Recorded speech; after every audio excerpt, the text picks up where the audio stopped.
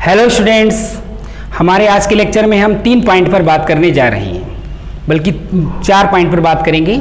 4 point आज की इस लेक्चर में क्लियर कर देंगे हम आपके। एक तो ये क्वेश्चन होगा कि क्षार धातुएं प्रबल अपचायक क्यों होती हैं, जिसकी चर्चा हम पहले भी कर चुके हैं। हाइड्रोजन प्रबल ऑक्सीकारक क्यों होते हैं। तीसरा, रेडॉक्स विभव किसे कहते हैं। और चौथा, रस्टिंग ऑफ आयरन, सबसे ज़्यादा इंपॉर्टेंट। इसीलिए वीडियो को लास्ट तक देखिएगा। लास्ट में मैं बताऊंगा आपके लिए कि लोहे पर जंग लगना किस प्रकार की प्रक्रिया है, लोहे पर जंग कैसे लग जाती है, जंग का फार्मूला क्या होता है। आज हम इस तरह की बातें आप लोगों के बीच करने जा रहे हैं। हमारे लेक्चर में इस तरह की आज इस तरह की बातें होंगी, तो आज का लेक्चर काफ़ी महत्वपूर्ण है। तो पहला क्वेश्चन मैं आपको बताने जा रहा हूँ। पहला क्वेश्चन है, आज के लेक्चर का पहला क्वेश्चन है, जो क्षार धातुएं हैं, क्षार धातुएं प्रबल अपचायक क्यों होती हैं।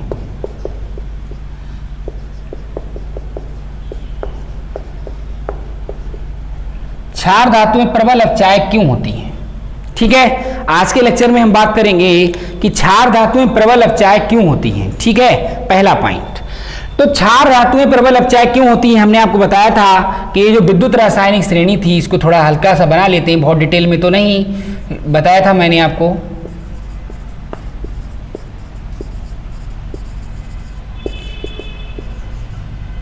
आप पूरी टेबल में नहीं बना रहा हूं।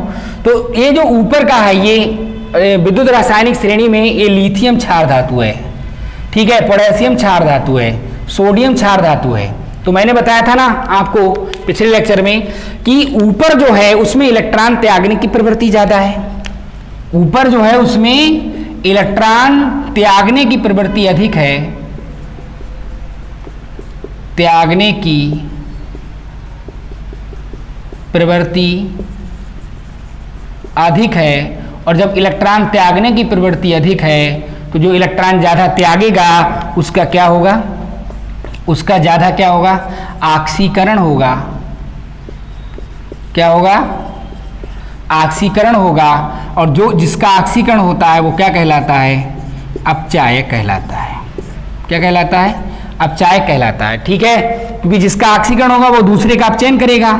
ठीक है, किसी रेडॉक्स अपक्रिया में वो दूसरे पदार्थ का अपचयन करेगा, तो अपचयन करने वाला कौन कहलाएगा, अपचायक कहलाएगा। ठीक है, रिड्यूसिंग एजेंट इसे कहेंगे, इसे ऑक्सीडेशन कहते हैं। समझ में बात आ गई। तो विद्युत रासायनिक श्रेणी में क्षार धातुओं का स्थान ऊपर है, और क्षार धातुओं का स्थान ऊपर है, इसीलिए उनमें इलेक्ट्रॉन त्यागने की प्रबल क्षमता है। और जो ज्यादा इलेक्ट्रॉन त्यागेगा उसका ज्यादा ऑक्सीकरण होगा, और जिसका ज्यादा ऑक्सीकरण होगा वो उतना ही अच्छा और उतना ही ज्यादा अपचायक होगा। ठीक है, तो इसलिए क्षार धातुएं अपचायक होती हैं। हमारा अगला क्वेश्चन है आज का, हैलोजन, हैलोजन प्रबल। एक क्वेश्चन है, हैलोजन प्रबल ऑक्सीकारक क्यों होते हैं। तो आपने जो श्रेणी बनाई है उसमें सबसे नीचे स्थान किसका है, हैलोजन का, वो भी उल्टे रखे हुए हैं। आयोडीन, ब्रोमीन, क्लोरीन और फ्लोरीन इस तरह से रखे हुए हैं। मैंने आपको बताया था, आप अपने नोट्स उठा लीजिए, उसमें आप देख लीजिए अपनी कॉपी में, इस प्रकार से सबसे नीचे होंगे। तो मैंने बताया ना कि ऊपर से नीचे आने पर इलेक्ट्रॉन त्यागने की प्रवृत्ति तो घटती, लेकिन ग्रहण करने की बढ़ती। तो सबसे नीचे हैलोजन है, तो इनमें इलेक्ट्रॉन ग्रहण करने की प्रवृत्ति सबसे ज्यादा होती है। और हैलोजन की जो ऑक्सीकारक क्षमता है वो किस बात पर निर्भर करेगी, इलेक्ट्रॉन ग्रहण करने की प्रवृत्ति पर निर्भर करेगी। इलेक्ट्रॉन ग्रहण करने की प्रवृत्ति पर निर्भर करेगी। किस पर निर्भर करेगी, इलेक्ट्रॉन ग्रहण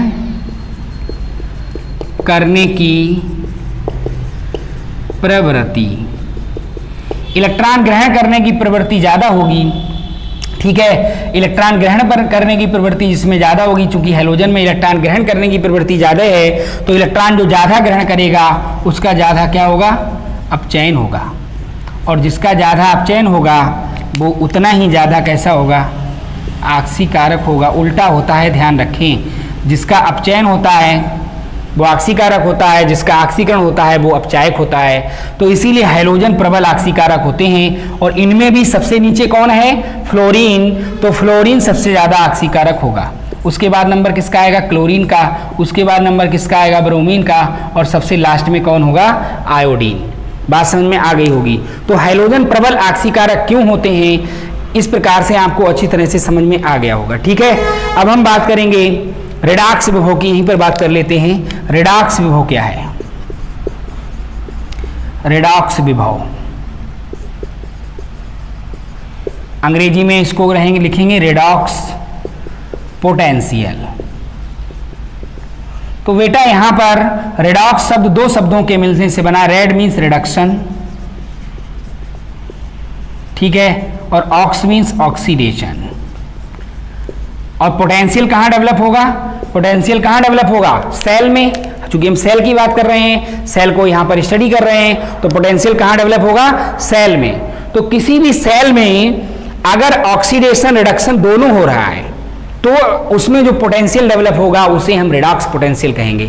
आपने पढ़ा था electrode potential, standard electrode potential, उसी प्रकार से रेडॉक्स पोटेंशियल है। ये कब होगा, जब किसी सेल में रिडक्शन और ऑक्सीडेशन दोनों प्रोसेस एक साथ होंगे। यानी ऐसा सेल जिसमें ऑक्सीडेशन और रिडक्शन दोनों प्रोसेस एक साथ होते हैं, ऐसे सेल के विभव को हम रेडॉक्स पोटेंशियल यानी रेडॉक्स विभव कहते हैं। बात समझ में आ गई। अब हम लास्ट टॉपिक आज का अध्ययन करने जा रहे हैं, जो थोड़ा सा समय भी लेगा, जिसका नाम है रस्टिंग ऑफ आयरन। ठीक है, धातुओं का संक्षारण। ठीक है, आप लोहे का कोई भी बर्तन लेके आते हैं, कढ़ाई लेके आते हैं, तवा लेके आते हैं, या कोई भी लोहे का इंस्ट्रूमेंट होता है, वो धीरे धीरे क्या होता है नष्ट हो जाता है, धीरे धीरे हल्का होने लगता है, फिर आप उसके लिए बदलने जाते हैं। जैसे कि मान लो कढ़ाई ही लेने के लिए गए आप, तो वो ऐसा तो नहीं है कि रोज़ का रोज़ जो है रोज़ का रोज़ कम होती चली जाएगी। क्यों कम होती चली जाएगी, हम कढ़ाई का ही एग्जाम्पल लेकर के यहाँ पर आपको बताएंगे। ध्यान दीजिए, तो रस्टिंग ऑफ आयरन क्या है, धातुओं का संक्षारण, यानी डिकेइंग ऑफ